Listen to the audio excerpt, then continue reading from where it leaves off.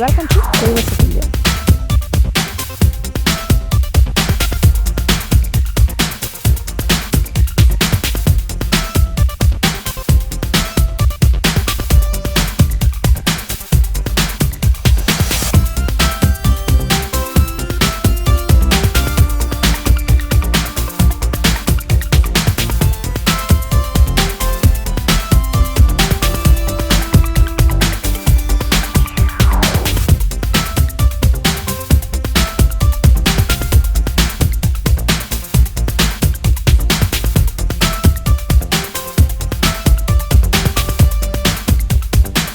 ഇങ്ങനെ ബിഷ്ണോയി എന്ന് പറയുന്ന ഈ സെക്റ്റുകൾ താമസിക്കുന്ന ഇങ്ങനത്തെ ആൾക്കാർ രാജസ്ഥാനി താമസിക്കുന്ന ഒരു ഗ്രാമത്തിൻ്റെ ആ ഭാഗത്ത് കൂടി നമ്മളിങ്ങനെ സഞ്ചരിക്കുമ്പോൾ ഇവിടെ വേറൊരു സ്ഥലം കൂടിയുണ്ട്. അതൊരു പ്രധാനപ്പെട്ട ഒരു ലാൻഡ്മാർക്ക് ഏരിയയാണ്. ഇത് ഒരു മെമ്മോറിയലാണ്. മെമ്മോറിയൽ എന്ന് പറഞ്ഞാൽ ഒരു സ്മാരകം. ഈ ഒരു വലിയൊരു എൻക്ലോഷറാണ്. ഇവിടെ കംപ്ലീറ്റ് നീം ട്രീസ്, അതായത് വേപ്പിൻ്റെ മരങ്ങളാണ് ചുറ്റോട് ചുറ്റും. ഇവിടെ ഏറ്റവും വലിയ പ്രത്യേകത എന്ന് വെച്ചാൽ ഈ മെമ്മോറിയലിൻ്റെ അവിടെ ധാരാളമായിട്ട് പക്ഷികൾ, പലതരം തത്തമ്മ, അല്ലാത്ത പലതരം കിളികൾ, കൂടാതെ പീകോക്സ്, ധാരാളം മയിലുകളെല്ലാം ഇങ്ങനെ ചുറ്റോട് ചുറ്റും നടക്കുന്ന കാഴ്ച നമുക്ക് കാണാൻ സാധിക്കും. ഇവിടെ ഫ്രീ ആയിട്ട്, കാര്യം വേറെ എത്ര വളരെ ബ്യൂട്ടിഫുള്ളായിട്ട് നല്ലതായിട്ട് സൂക്ഷിക്കുന്ന ഒരു സ്ഥലം. അപ്പോൾ ഇതൊരു ബിഷ്ണോയി ആൾക്കാരുടെ ഒരു സ്ഥലമായതുകൊണ്ട് അവർ മരങ്ങൾ സംരക്ഷിക്കും, എൻവയറമെൻറ്റ് സംരക്ഷിക്കും, മൃഗങ്ങളെ, മൃഗാദികളെ സംരക്ഷിക്കും. അതുകൊണ്ടാണെന്ന് തോന്നുന്നത് എല്ലാം ഇങ്ങനെ ഫ്രീ ആയിട്ട് നടക്കുന്ന ഒരു അറ്റ്മോസ്ഫിയർ, ഒരു എൻവയറമെൻറ്റ്. ഈ സ്മാരകം എന്ന് പറയുമ്പോൾ 363 ബിഷ്ണോയ് സ്ത്രീകൾ മരിച്ചു വീണ സ്ഥലമാണ്. അതായത് മഹാരാജാവ്, ഇവിടുത്തെ ജോധ്പൂരിലെ മഹാരാജാവ് ജസ്വന്ത് സിംഗ് ഫസ്റ്റിൻ്റെ കാലത്ത് ഒരു പാലസിൻ്റെ ഒരു കൺസ്ട്രക്ഷൻ്റെ ഭാഗമായിട്ട് കുറേ മരം മുറിക്കേണ്ട ആവശ്യം ഉണ്ടായിരുന്നു. അപ്പോൾ ഈ ഗ്രാമത്തിൻ്റെ ഈ ഭാഗത്ത് വന്നിട്ട് മരം മുറിക്കാനായിട്ട് അവിടുന്ന് കൊട്ടാരത്തിലെ ആൾക്കാർ വരും. അപ്പോൾ ഈ ബിഷ്ണോയി സെറ്റുകാർക്ക് മരം മുറിക്കുന്നതൊന്നും ഇഷ്ടമല്ലല്ലോ, അവരെ പ്രൊട്ടക്ട് എൻവയറമെൻ്റ് എന്ന് പറയുന്ന ആൾക്കാർ, അവിടുത്തെ സ്ത്രീകൾ ഒരു ഗ്രൂപ്പായിട്ട് വന്നിട്ട് ഈ മരങ്ങൾ വെട്ടാൻ പറ്റില്ല എന്ന് പറഞ്ഞിട്ട് ഒരു മരത്തിന് വേണ്ടി കെട്ടിപ്പിടിച്ച് അവിടെ അങ്ങ് നിൽക്കുന്നു. അപ്പോൾ ആ മരം മുറിക്കാൻ പറ്റുന്നില്ല. അപ്പോൾ ആ മരത്തിന് കെട്ടിപ്പിടിച്ചൊരു സ്ത്രീ നിൽക്കുന്നു. ആ സ്ത്രീയുടെ തല ആദ്യം ഈ ഭടന്മാർ വെട്ടി മാറ്റുന്നു. പിന്നീട് ഒരാൾ വീഴുമ്പോൾ അടുത്ത സ്ത്രീ വന്ന് ആ മരത്തിൽ കെട്ടിപ്പിടിക്കും. അങ്ങനെ 363 സ്ത്രീകൾ ആ മരത്തിന് വേണ്ടിയിട്ട് അവരുടെ ജീവൻ കളഞ്ഞ സ്ഥലമാണ്. അപ്പോൾ അവരുടെ ഓർമ്മയ്ക്കായിട്ടാണ് ഇങ്ങനൊരു സ്മാരകം ഇവിടെ പണിതിരിക്കുന്നത്. പിന്നെ ഇവരുടെ പേരിൽ ഇവിടെ ഒരു ഫെസ്റ്റിവൽ നടക്കാറുണ്ടെന്നാണ് പറയുന്നത്, വർഷം തോറും.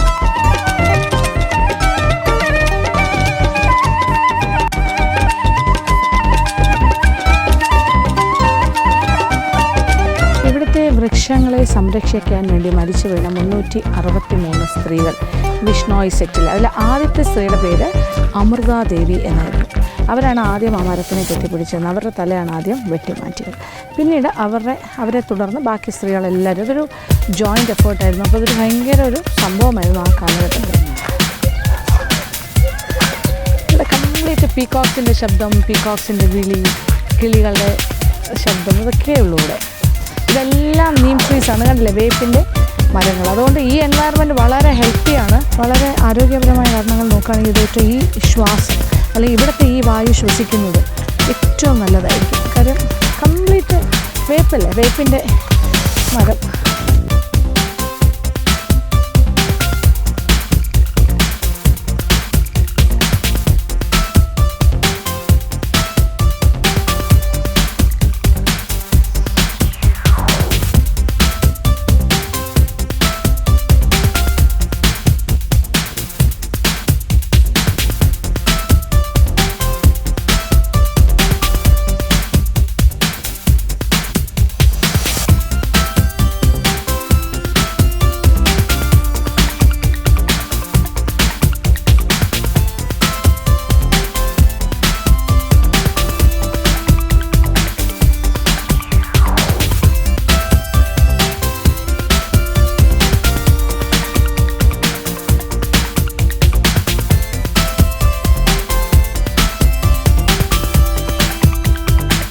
സ്മാരകത്തിന് മുന്നിൽ അവിടുത്തെ ആദരസൂചകമായി നമ്മൾ ഒരല്പസമയം നമ്മൾ മൗനമായിട്ട് നിന്ന് പ്രാർത്ഥിക്കണം.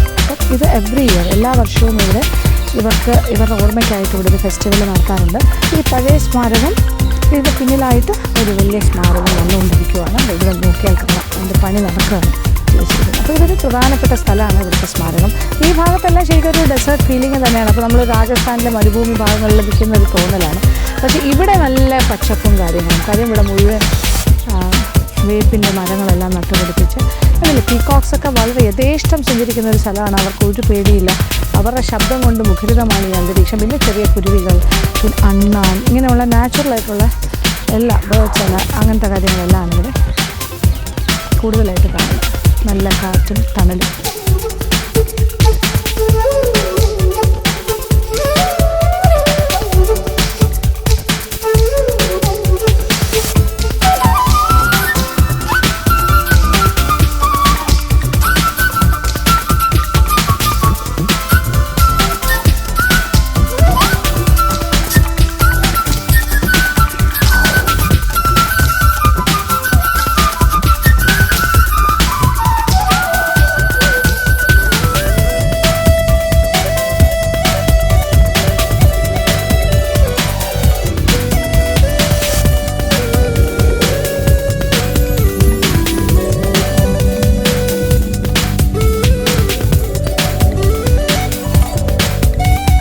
ധാരാളം മയിലുകളെ കാണുന്ന സ്ഥലമാണെന്നാണ് പറഞ്ഞത്. അപ്പോൾ കുറേ പീകോക്സിന് അങ്ങോട്ടും ഇങ്ങോട്ടും ഓടുന്നുണ്ട്.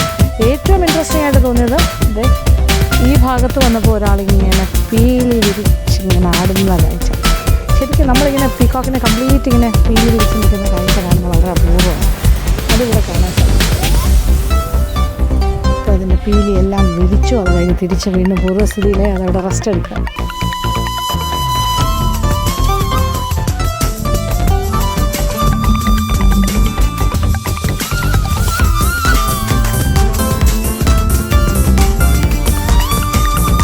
കാറിലിങ്ങനെ മുന്നോട്ട് സഞ്ചരിച്ചുകൊണ്ടിരിക്കുകയാണ് ആ ഗ്രാമപ്രദേശങ്ങളിലൂടെ. അപ്പോൾ വീണ്ടും ഒരു വീടിൻ്റെ മുറ്റത്ത് അവിടെ എന്തോ ഒരു ഫംഗ്ഷൻ നടക്കുകയാണ്.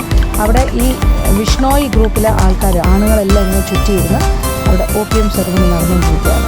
അപ്പോൾ നമ്മൾ പറഞ്ഞില്ലേ, ഇത് ഇവിടുത്തെ ഒരു ആചാരമാണ് അവരുടെ. വിഷ്ണോയീസും പൊതുവേ രാജസ്ഥാനീസിന് ഓപ്പിയം സെറിമണിയുണ്ട്. വിഷ്ണോയി കൾപ്പിൻ്റെ കൂടെ അവരുടെ ആ സെറ്റ് കൂടുതലായിട്ടും ചെയ്യുന്നുണ്ട്. അപ്പോൾ അവരെല്ലാവരും കൂടി ഇരുന്ന് മറ്റേ ഓപ്പിയം സെറിമണി, ഓപ്പിയം കഴിക്കുകയാണ്. ആ കാഴ്ചയാണ് കാണുന്നത്.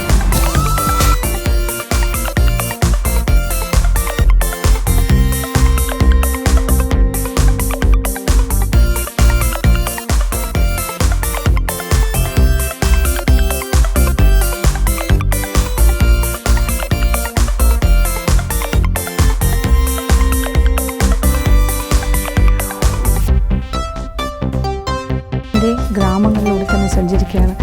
ആ ഗ്രാമീണമായ അന്തരീക്ഷവും നല്ല വെയിലും ഒരു മരുഭൂമിയിലൂടെ സഞ്ചരിക്കുന്ന ആ ഒരു ഫീൽ ഇപ്പോഴാണ് കിട്ടിത്തുടങ്ങുന്നത്. അപ്പോൾ ഇനി നമ്മൾ ഈ ഭാഗത്ത് വരുമ്പോൾ കുംഭാർ എന്ന് പറയുന്ന ഒരു വിഭാഗമുണ്ട്. കുംഭാർ അതായത് ക്ലേ പോട്ടറി ചെയ്യുന്ന ആൾക്കാർ. ഈ കലവും കുടവും അങ്ങനത്തെ കാര്യങ്ങൾ, ഈ കളിമണ്ണിൽ കാര്യങ്ങൾ ഉണ്ടാക്കുന്ന ആൾക്കാർ. ക്ലേ വർക്ക്, ക്ലേ പോട്ടേഴ്സ് എന്ന് പറഞ്ഞാൽ പോട്ടറി വർക്ക് ചെയ്യുന്ന ആൾക്കാർ. കുംഹാർ എന്നാണ് അവർ പറയുന്ന ആ വിഭാഗം. അങ്ങനെ ഒരു ആൾക്കാർ, അവർ റഗ്സ് വീവ് ചെയ്യുന്ന ആൾക്കാരാണ്. റഗ്സ് എന്ന് പറയുമ്പോൾ നമ്മുടെ ഈ കാർപ്പറ്റ് പോലെയുള്ള കാര്യങ്ങൾ. കാർപ്പറ്റ് വൺ സൈഡാണ്, റഗ്സ് എന്ന് പറഞ്ഞാൽ രണ്ട് സൈഡ് ഉപയോഗിക്കാം.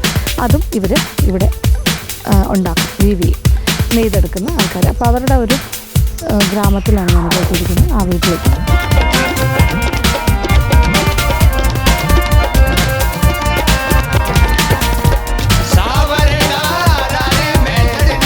കുംഹാർ എന്ന് പറഞ്ഞ ആൾക്കാർ താമസിക്കുന്ന ഒരു സ്ഥലമാണ്. കണ്ടില്ലേ, കല്ലും മഡും ഒരു പുല്ല്, ഒരു തരം പ്രത്യേക തരം പുല്ല് പോലെ ഒരു കാര്യം കൊണ്ട് അവരുടെ മേൽക്കൂര മേഞ്ഞിരിക്കുന്നു.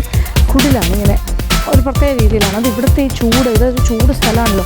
താർ ഡെസേർട്ടിൻ്റെ ഗേറ്റ് വേ ആണ് ജോധ്പൂർ എന്ന് പറയുന്നത്.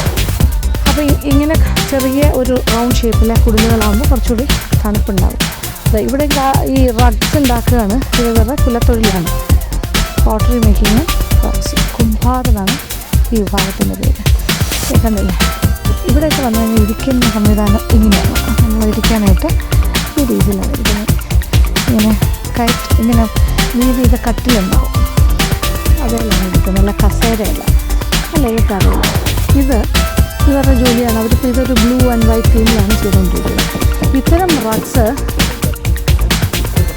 ഇത് ശരിക്കും ഓപ്പൺ മാർക്കറ്റിൽ കിട്ടില്ല. ഇവരുടെ ഈ ഗ്രാമങ്ങളിൽ ഇവരുണ്ടാക്കണം, ആണുങ്ങളും പെണ്ണുങ്ങളും.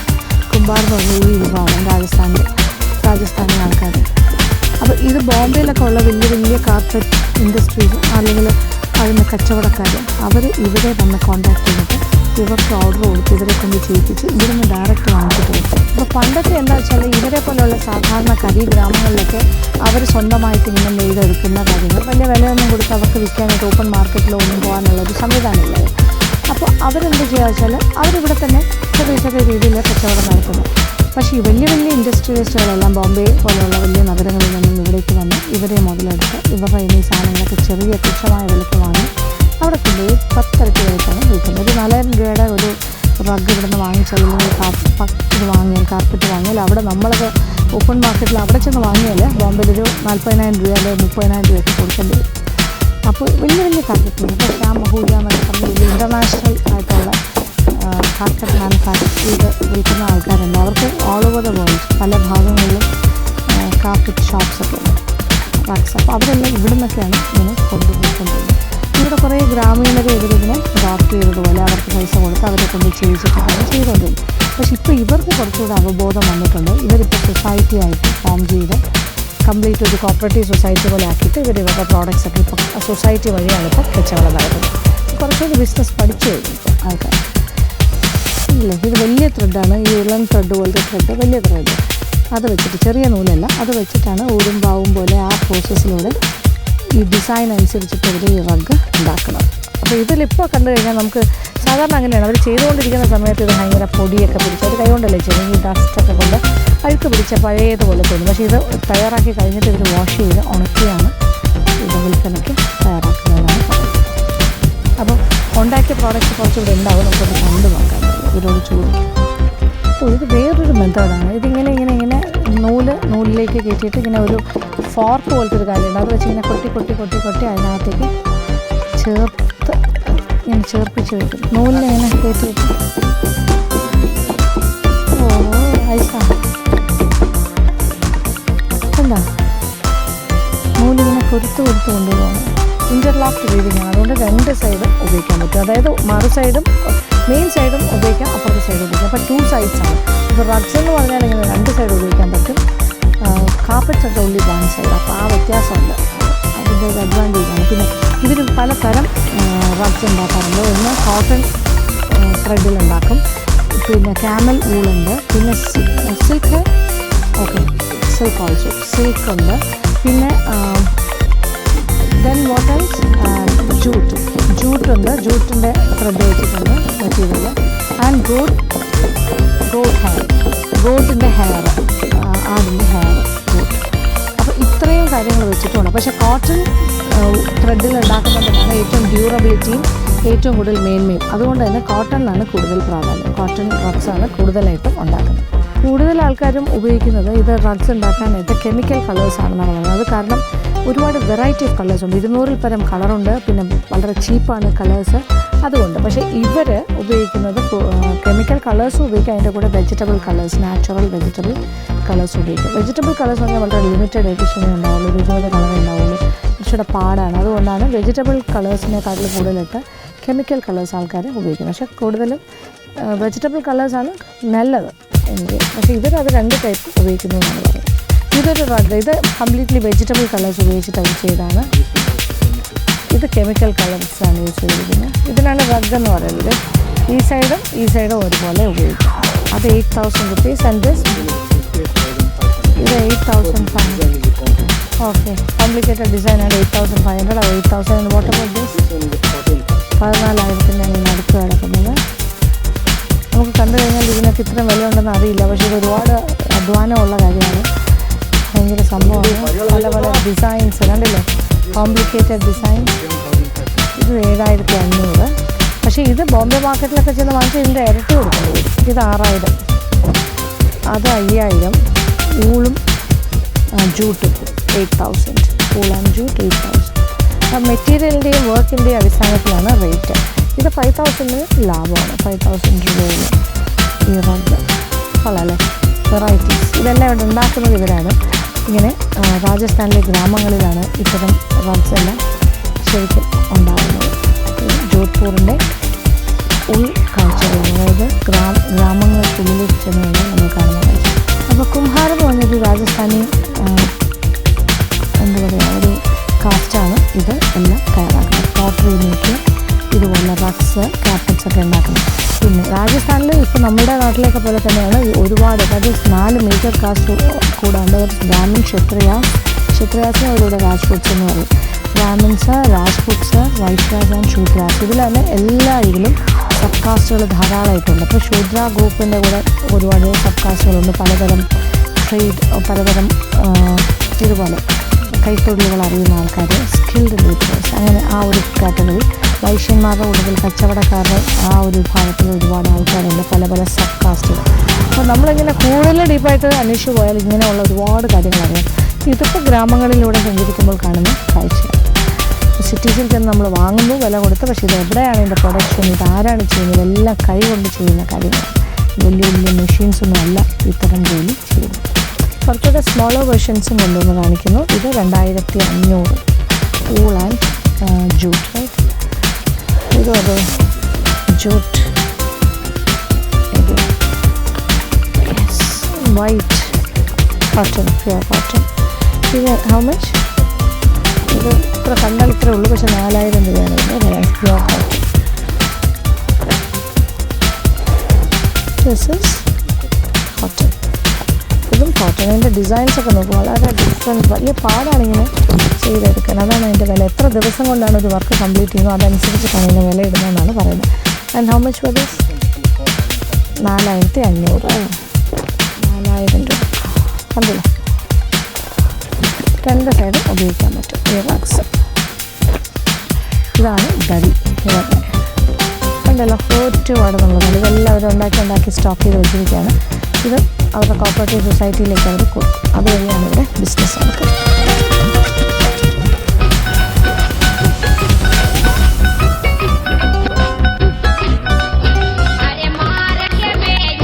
നമുക്ക് തോന്നും ഇങ്ങനെ ഓരോ കുടിൽ കാണുമ്പോൾ ഇതിനകത്ത് എല്ലാം കൂടി ഉള്ളത്. അങ്ങനെയല്ല, ഇത് ഒരു ചെറിയൊരു ഹട്ട്, ഇതിനകത്ത് അടുക്കള, മറ്റേ ഹട്ടിൽ കിടന്നുറങ്ങുന്ന മതി, അതിൻ്റെ അപ്പുറത്തെ ഹട്ടിലെ ആൾക്കാർക്ക് ഇരിക്കും. അങ്ങനെ ഇങ്ങനെ വ്യത്യാസമാണ്.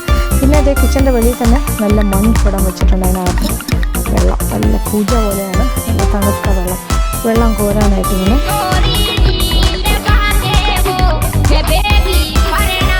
നൈസ് കോൾഡ് വാട്ടർ വരുന്നവർക്ക് കുടിക്കാനായിട്ടാണ് ഇങ്ങനെ പ്ലാൻ ചെയ്തിരിക്കുന്നത്. എന്നിട്ട് വേണം കുടിക്കും.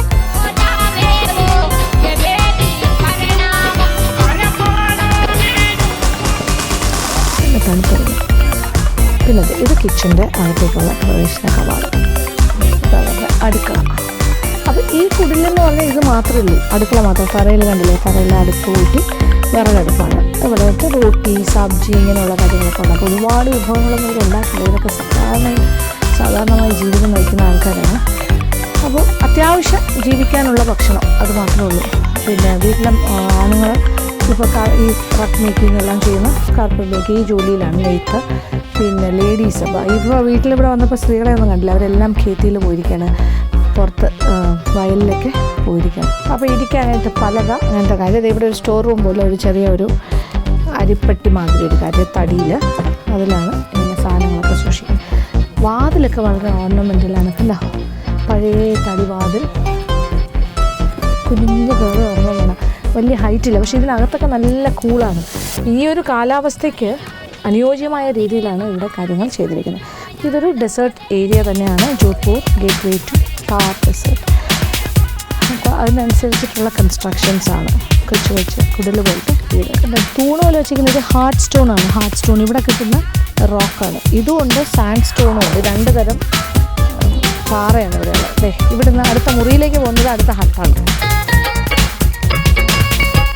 ഇത് ഉറങ്ങുന്ന സ്ഥലം, നല്ല രസമുണ്ട്.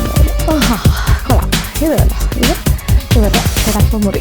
ഇത് നോക്കൂ, മുകളിലത്തെ സീലിംഗ്. ഇത് നമ്മൾ കണ്ട ഒരു കാര്യമാണ്.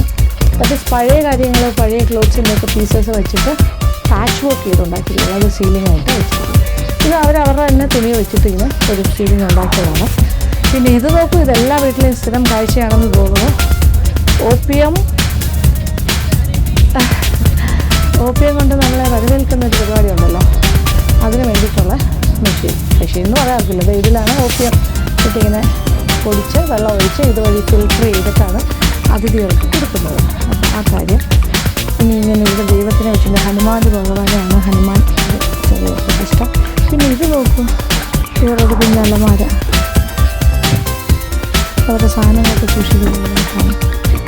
തുണി മറ്റു കാര്യങ്ങളൊക്കെ ഒരു അലമാര മാതിരി ഒരു വാതിൽ ഒരു തടിയിലെന്തോ ഉണ്ടാക്കിയിട്ട് ക്ലേ കൊണ്ട് പൂശി പെയിൻറ്റ് ചെയ്തിരിക്കുന്നു.